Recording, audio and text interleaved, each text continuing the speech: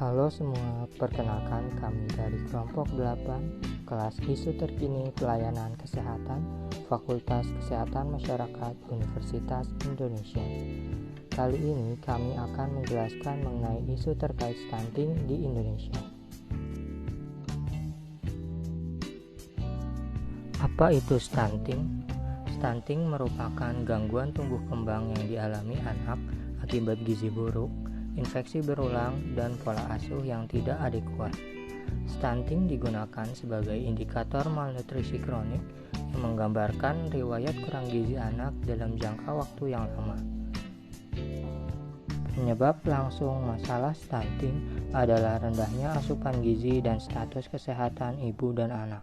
Asupan gizi yang tidak mencukupi kebutuhan dapat menyebabkan terjadinya ketidakseimbangan energi yang dapat menimbulkan masalah gizi.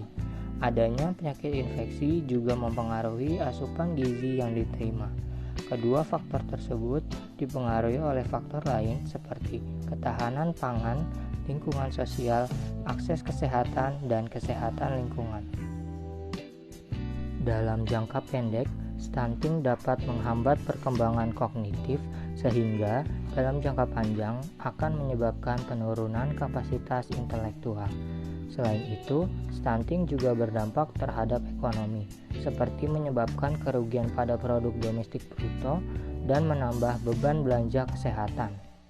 Secara global, pada tahun 2019, prevalensi stunting di dunia berada pada angka 21,3%. Berdasarkan regional, prevalensi stunting terbanyak berada di kawasan regional Oseania, Afrika Timur, dan Afrika Tengah.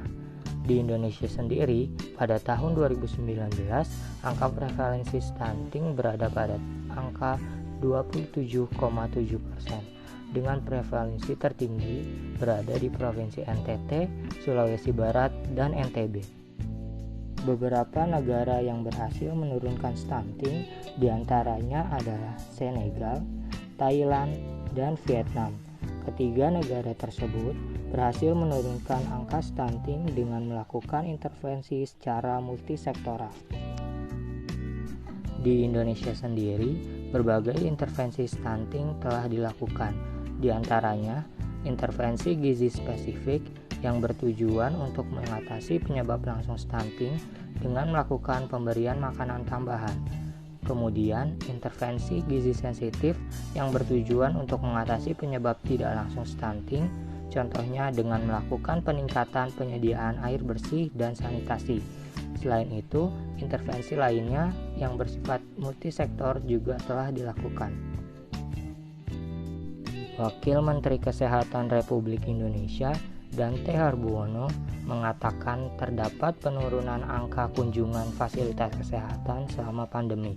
Di antaranya adalah penurunan jumlah pengunjung rumah sakit sebesar 83,6%, 43% puskesmas tidak menyelenggarakan posyandu, dan sebanyak 56,9% puskesmas mengalami penurunan cakupan imunisasi.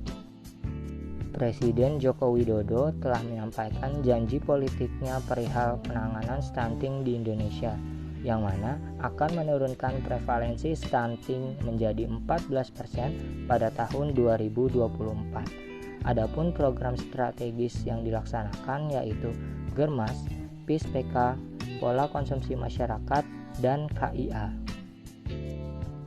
Komitmen politik ini diperlukan untuk meningkatkan kualitas SDM, mencapai bonus demografi, dan mengurangi beban penyakit tidak menular.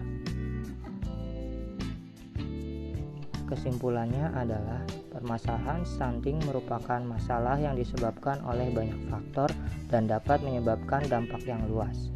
Sehingga dalam penanganannya diperlukan intervensi yang dilakukan secara multisektoral. Indonesia sendiri sudah melakukan berbagai intervensi yang bersifat multisektoral.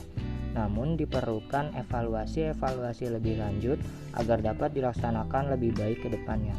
Terlebih dengan keadaan pandemi COVID-19 yang menjadi tantangan, penanganan stunting harus tetap dilakukan agar angka stunting di Indonesia tidak naik kembali.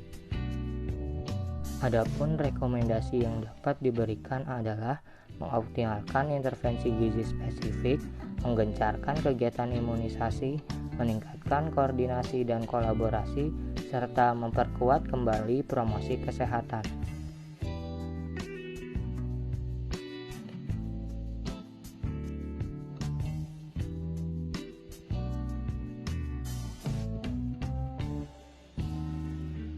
Sekian video dari kelompok 8. Terima kasih dan sampai jumpa.